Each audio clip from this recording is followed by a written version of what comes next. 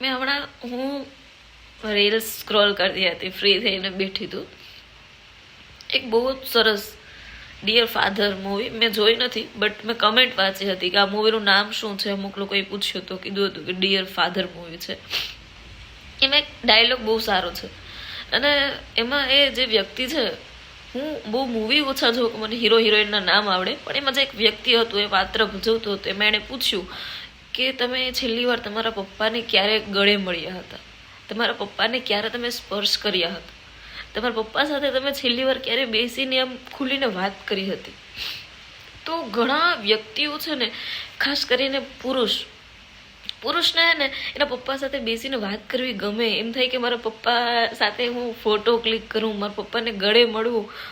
ખબર નહીં, હું તો એમ કહું, જસ્ટ હું મારી ફિલિંગ એ વ્યક્ત કરું ને ત્યાંય મારે આખો ભીંજાઈ જાય કે કદાચ એ લાગણી પુરુષને વ્યક્ત કરવામાં કેટલું અઘરું થતું હશે કે એના બાપ સાથે એને ઊભો રહેવામાં પણ એવું થાય કે એ ખાલી એના પપ્પા સાથે છોકરો ઊભો હોય ને તો એને એવું ફીલ થાય કે મારો બાપ મારી પડખે ઊભો હોય ને, તો એ લાગણી વ્યક્ત કરવાનો વિષય નથી.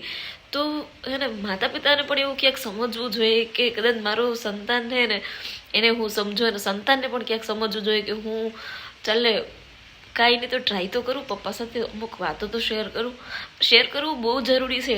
લાગણીઓને ને ઘણીવાર અંદર અંદર આપણે આમ કે પેટારામાં પૂરીને રાખવા કરતાં બહાર કાઢો અને વ્યક્ત કરો કે હા, મને તમારાથી એટલી પ્રેમ છે, લાગણી છે, પણ નથી કરી શકતા ઘણા લોકો. હું ખુદ નથી કરી શકતી, પણ મારી પાસે કાંઈ નહીં.